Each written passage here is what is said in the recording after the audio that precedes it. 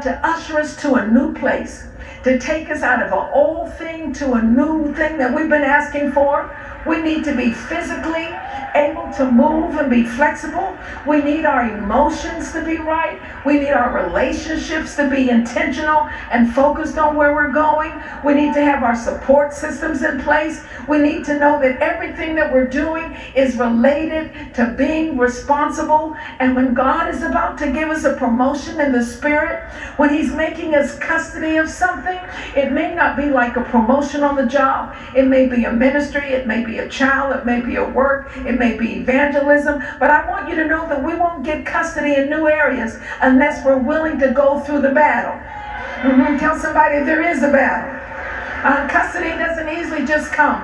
Less than 4% of families who are involved in a custody matter over children are able to settle it without a family law attorney.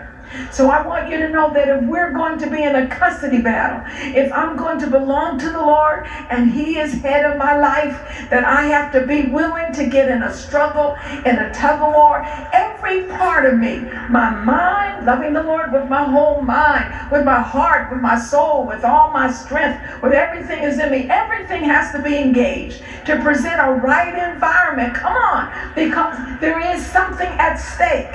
There is something to be risked.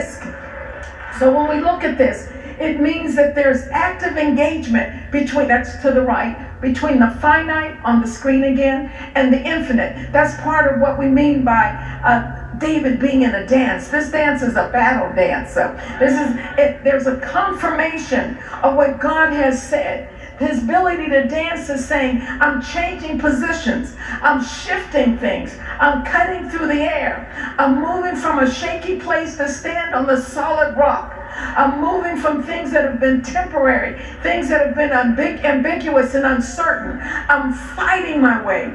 David is going uphill with a new cart, driven by oxen. Are you with me? And he's trying to get to Jerusalem. I'm willing to go uphill to get the presence of the Lord to be preeminent in my life, because I know there's more than what I'm experiencing. I know there are new possibilities at stake. If I will persevere, if I will endure, if I'll be willing to be moved out of my normal position, willing to be upset, as it were, willing to be disturbed, what Bishop's book call it? Disruptive. We got that, don't we? It says it means that something new is coming into being. And what we're doing, look at that last box there. It says that when David is dancing, so don't think about, like the Alvin Ailey dances. We're not talking about that. It's not a performance, but it's fighting back the darkness. It's fighting back the adversary. It's kicking and it's cutting through. It's elbowing and it's pushing back the things that would be opposition. There's no change without the battle. This is a custody battle. This is a battle that says, I want everything that God has for me. And sometimes I was telling you about that scripture in Jeremiah 1 and 5. God is intentional. He has a purpose and a plan for our life, yes. But he wants us to cooperate and be intentional about getting it. In other words, I want what God has for me more than my worry about being inconvenienced. I want what God has for me more than my concern about how it looks or what other people have to say or how it feels or how long it's going to take. But I'm willing to get in the battle because it means I have to fight back the darkness. I have to fight back the negativity. I have to fight back the odds and the probability that's against me. I have to fight back the naysayers. And somebody said, you'll never do this and you'll never do that. Maybe you were not the favorite one, but I'm fighting through that. This is more than getting up in the morning with postums and stickums on your mirror and reciting affirmations. This is more than just positive thinking. This is being fully engaged.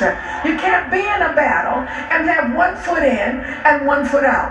But it takes everything you have to do. And David is not bringing the arks in by proxy. He's not counting on the 3 sons. He's not counting on Ahio who's left. He's not going back to Obed-Edom. He's saying, I'm going to bring it in. There's something personal that you have to be willing to do to fight for the presence and the Spirit of God in your life. There's an intentionality that has to come.